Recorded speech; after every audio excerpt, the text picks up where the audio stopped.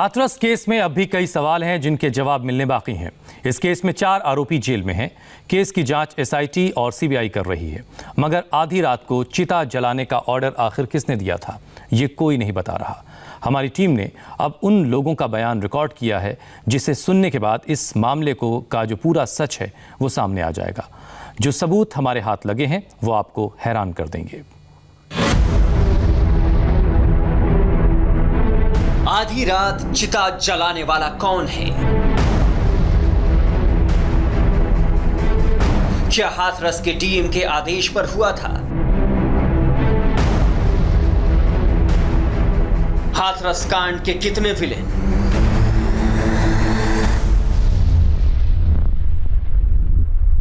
जो भी काम हुआ था डीएम साहब ही, वैसे डीएम साहब का अरेस्ट हुआ था।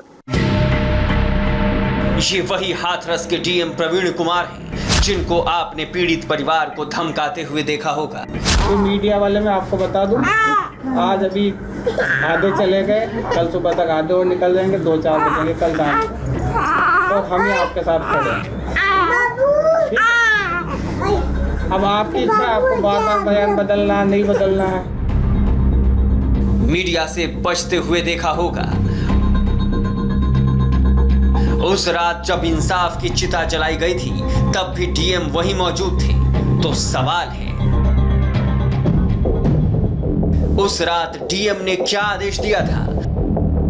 क्या डीएम ने पूरा केस बिगाड़ा? डीएम के खिलाफ सबसे बड़ी गवाही क्राइम ब्रांच के इंस्पेक्टर संजीव शर्मा जो उस रात चिता के पास मौजूद थे, और दूसरे हैं दिनेश वर्मा जो चंदपा थाने के एसएचओ हैं, फिलहाल सस्पेंड हैं। इन्हीं के थाने में सबसे पहले पीड़िता आई थी। अब ये दोनों जो बताने वाले हैं उसको बड़े गौर से सुनिएगा। अब तक आपने पीड़ित परिवार का पक्ष सुना होगा, गांव वालों की बातें सुनी होगी, लेकिन पहली बार सीधे पुलिस से सुनिए उस रात आखिर हुआ क्या था। हमारे संवाददाता कुमार सोनू ने इंस्पेक्टर संजीव शर्मा से हर वो सवाल पूछे जो आपके जहन में उमड़ रहे हैं। मेरा किसने आदेश दिया था? आपके एसपी ने, डीएम ने, या किसी और ने? किसने किया? जो भी काम हुआ था डीएम साहब ही, वैसे डीएम साहब का अरेस्ट हुआ था। अच्छा, यानी कि जो अंतिम संस्कार रात में भी किया गया ये सब डीएम साहब का आदेश था? नहीं, वहाँ तो ये तो मुझे पता नहीं है कि वहाँ उसके घर वाले भी मौजूद थे, 2-3 लोग मौजूद थे शायद। हाँ, जो मुझे मालूम पड़ा है। हाँ, लेकिन जो वहाँ जो सर्वे सर्वा अथॉरिटी थी, हाँ, वो जानते ही आप आईएएस बड़े होते हैं, हाँ, तो वो मौजूद थे वहाँ पर घर पे। नहीं मैं वही, कप्तान साहब भी मौजूद थे, डीएम साहब भी मौजूद थे।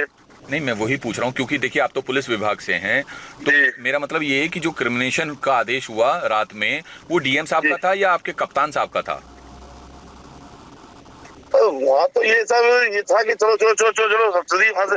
अब स्पष्ट रिटर्न मॉडल था नहीं मेरे पास इस चीज का। नहीं वैसे क्योंकि भाई आप तो बहुत सीनियर अधिकारी हैं और सेंसिबल अधिकारी हैं, तो और क्राइम ब्रांच में भी हैं, तो भाई आप ऐसे तो है नहीं कि भाई भेड़ चाल में कोई भी चला जाएगा। मैं वही पूछ रहा हूं। मेरा मानना तो ये है, इन्वॉल्व कोई अगर रिटर्न ऑर्डर हो या ना हो, हाँ, लेकिन समझ ऑर्डर जो है वो जिले में जो कभी कोई विड्रॉल ऑर्डर होता है तो डीएम साहब के आदेश माने जाते हैं। अच्छा, यानी डीएम साहब के आदेश पे रात में क्रिमिनेशन हुआ था? हाँ, यही मानना पड़ेगा। साफ है, हाथरस में उस रात जो हुआ, जिस तरह से रात में चिता जलाई गई, वो सब कुछ हाथरस के डीएम प्रवीण कुमार के कहने पर ही हुआ। इस केस में ऐसी कई गलतियां की गई जिसकी वजह से देश भर में आक्रोश है। आधी रात को अंतिम संस्कार, मीडिया पर रोक, आनन फानन में पुलिस कर्मियों पर कार्रवाई। लिहाजा हमारे संवाददाता कुमार सोनू चंदपा थाने के एसएचओ दिनेश कुमार वर्मा से बात करने पहुंचे जो फिलहाल इस मामले में निलंबित हैं। वैसे दिनेश जी, मैं एक बात जानना चाह रहा था कि जो ये क्रिमिनेशन का था आधी रात का फैसला, ये था किसका हकीकत में? क्या ये क्रिमिनेशन का फैसला जो है वो आधी रात में किसका था? मुझे बात था ही नहीं, इससे मेरा क्या लेना देना। मैं नहीं आप चंदपा थाने के आप, हाँ आप समझिए इस बात को। मैं 25 तारीख को लाइन हाजिर हो गया। सस्पेंशन तो एसआईटी की रिपोर्ट पर भी हुआ हूँ। मैं 25 तारीख से ही दंडित हो गया था। लापरवाही तो रही है ना शुरुआत में, किसकी रही? आपको क्या लगता है? शुरुआती लापरवाही किसकी मानी है? और जो मुझे दंडित किया गया तो मैं ही मान रहा हूँ अपनी, और क्या बताऊं। नहीं, आप तो अपनी मान रहे हैं, लेकिन आपके ऊपर भी तो उच्च अधिकारी हैं या कुछ और जिला प्रशासन, कहीं तो आपको लगता होगा ना, आपका एक निजी विचार भी तो होगा ना कि भाई इनकी भी लापरवाही है, अगर ऐसा नहीं हुआ होता तो शायद ये सब चीजें नहीं होती। ऐसा जाएगा तो विस्फोट तरह रहेगा। हम तो अपने साथ एक एक्सीडेंटल घटना मानते हैं। हाँ। मैं इंटेंशन किसी का था नहीं, सही था, सब कुछ सही चल रहा था। मतलब दिनेश वर्मा भी अपने ऊपर की गई कार्रवाई को एक हादसा मानते हैं, जबकि इसकी जिम्मेदारी कई बड़े अफसरों पर भी बनती है। पुलिस वालों पर कार्रवाई तो हो गई है, लेकिन किसी पुलिस वाले पर कोई मामला दर्ज नहीं हुआ है।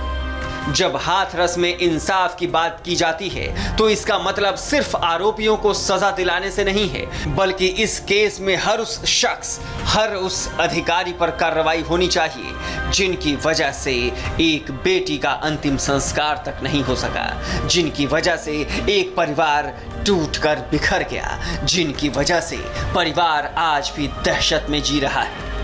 गोनिका अरोड़ा के साथ Kumar Sonu, India TV, Hathras, UP. और हाथरस मामले में क्या है पीएफआई का कनेक्शन, आपको बताएंगे ब्रेक के बाद।